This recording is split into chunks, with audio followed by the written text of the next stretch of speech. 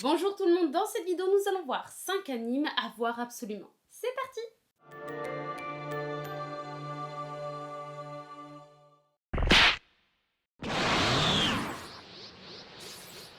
The Promised Neverland est une série japonaise de manga écrite par Kaiu Shirai et dessinée par Posuka Demisu, sortie en 2016.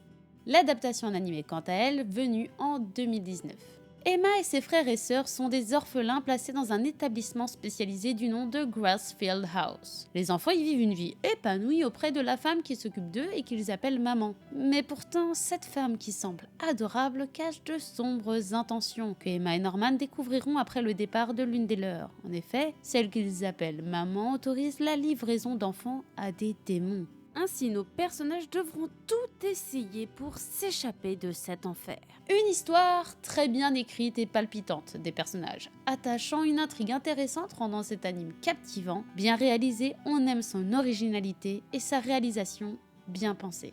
Vraiment un anime à ne pas rater.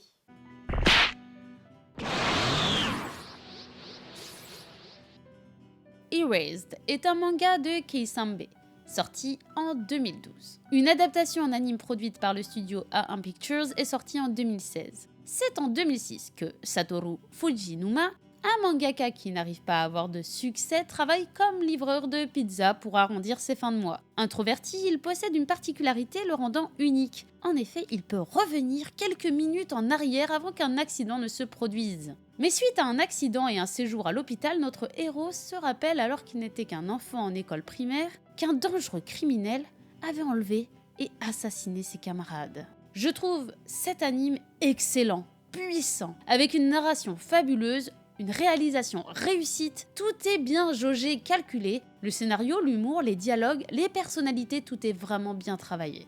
J'ai véritablement adoré cet anime.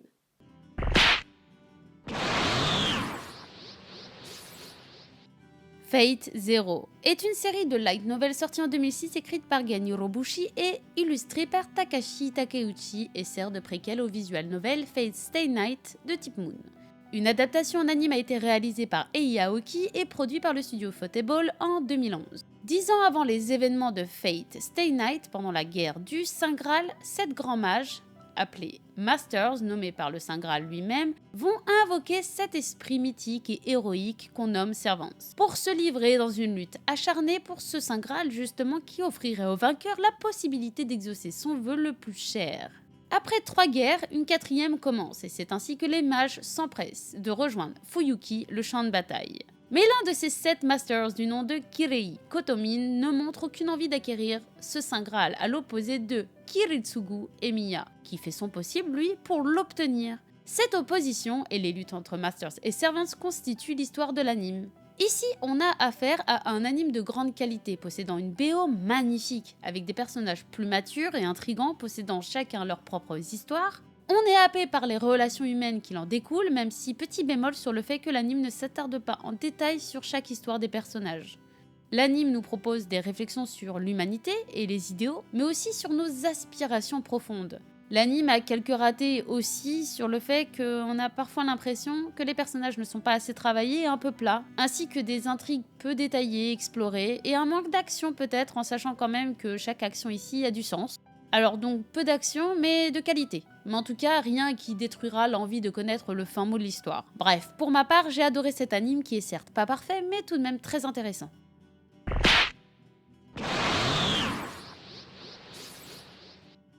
Angel Beats est un anime de 13 épisodes produit par les studios PA Works et Aniplex et réalisé par Seiji Kishi, avec un scénario écrit initialement par Jun Maeda. Yuzuru Otonashi se réveille dans l'au-delà sans aucun souvenir de son passé. Il est approché par une fille nommée Yuri Nakamura qui lui explique ce qui se déroule dans le lycée qui fait office de limbe pour les jeunes âmes qui sont morts et qui doivent surmonter leur traumatisme avant qu'on leur donne une seconde chance dans la réincarnation. Ces adolescents ont en effet pas eu une vie facile et n'ont pas pu accomplir leurs rêves. Ils doivent ainsi suivre des règles, comme apprendre à accepter leur situation en menant une vie d'adolescent normale au lycée pour retrouver une forme de paix et disparaître. Ces règles sont en outre appliquées par une fille mystérieuse qui est présidente du conseil étudiant de l'école. Mais la jeune fille du nom de Yuri veut se venger de Dieu pour le mal qu'il leur a fait subir dans le monde réel et refuse de disparaître, et érigera ainsi une équipe pour lutter contre tout ça. Yuri prendra sous son aile Otonashi et nos deux personnages tenteront d'enquêter pour comprendre le fonctionnement de ce monde, mais aussi de savoir qui est véritablement Angel. Avec des personnages attachants, une intrigue intéressante et l'OST incroyable, cet anime touchant mais aussi plein d'humour est génial.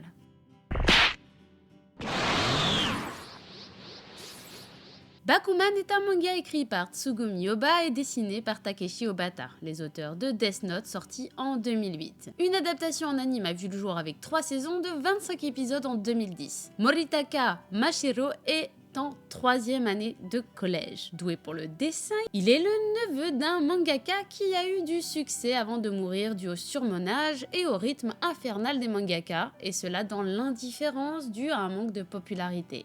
Amoureux timide de Miyo Azuki et plein de rêves en tête, il s'associera alors avec le premier de la classe du nom de Akito Takagi pour réaliser un manga. Sachant que Azuki veut devenir comédienne de doublage, l'idée a traversé l'esprit de notre personnage principal que Azuki doublerait l'héroïne de l'adaptation en anime de leur manga. Il proposera alors à la personne qu'il aime que s'ils réussissent leur rêve, elle l'épousera. Azuki acceptera la proposition, mais une condition, qu'ils ne se voient plus jusqu'à ce que leur rêve soit devenu réalité. La famille de Mashiro lui confiera alors les clés de l'atelier de son oncle défunt, et ainsi son associé et lui se lanceront dans la grande aventure qui a pour but de créer un manga à succès, et ils découvriront tout l'univers autour de la création de manga. Et c'est ce qui est intéressant dans cet anime, c'est de pouvoir voir à quoi ressemble le système éditorial et la vie d'un mangaka, autant les avantages que les inconvénients. Mais aussi on aime être témoin des aventures d'amour, de liens, de surpassement de soi et de détermination.